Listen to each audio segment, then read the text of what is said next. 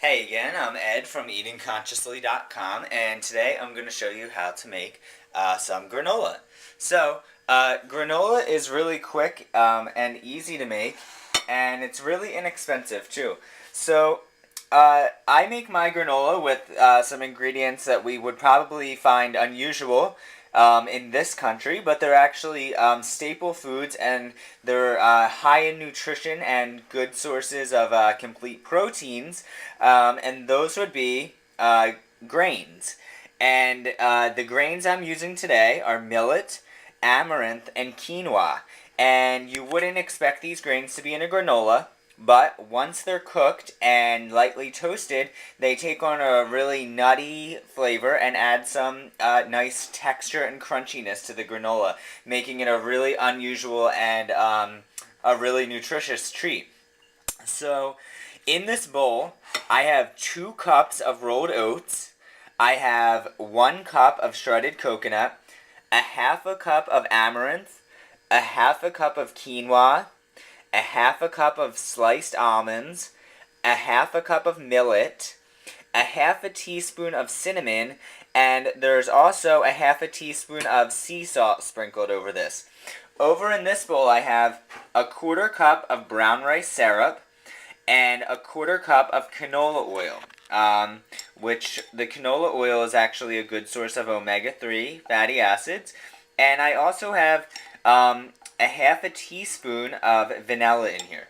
So, what we're going to do is just add the wet to the dry, just like this. And then we're going to go ahead and mix everything up. Now, once everything is combined, it should just be slightly moistened. You don't want it to be sopping wet. So, if it looks like this, that's the exact consistency you're going for.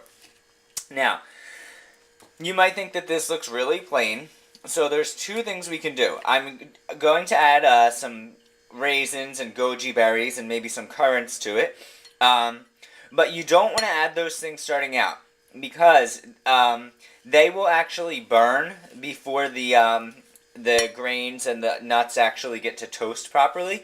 So what we're going to do is pour this out onto a Silpat lined baking sheet or parchment paper, whatever you have, and we are going to bake it for 15 minutes at 350 degrees, and then we are going to take it out, mix it up, because the things on the edge will start to brown before the things in the middle. Mix it up, and at that point we're going to add the dried fruit, and then we'll bake it for an additional 10 minutes. Another alternative would be not to add the dried fruit at all to the mixture, and would be to just make the mixture just a plain granola, and then add those things before you eat it. Maybe throw them in over top of your granola right before you pour your soy milk on top. So I'm going to go ahead and finish spreading this out on here, and I'm going to put it into an oven at 350 degrees. Okay, so the granola has cooked for about 10 minutes, and what I've done is just sprinkled a half a cup of goji berries, a half a cup of dried cranberries, and a half a cup of dried apples cut up into little pieces.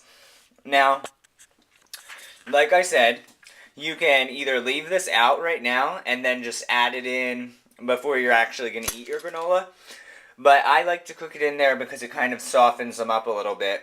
But obviously when you cook them, you are losing a tiny amount of nutrition, particularly some of the antioxidants start to break down. So if you're worried about that, then you might want to just add them in right before you eat it. But you can do it either way. So what I'm going to do now is you can see around the edges it starts to brown rather quickly. So what I'm going to do is incorporate all of the dried fruit into the granola that's already cooked for 15 minutes. And I'm going to pull all the edges up and push them to the inside and try to push everything from the inside back out around the edges. And we're going to cook it for an additional 10 minutes at 350 degrees. Okay, so it's cooked for another 10 minutes, and as you can see, it's nice and golden brown. And the trick to granola now is to leave it alone. We want to let it set on here for about at least 20 minutes, I would say, or until it's cooled to room temperature.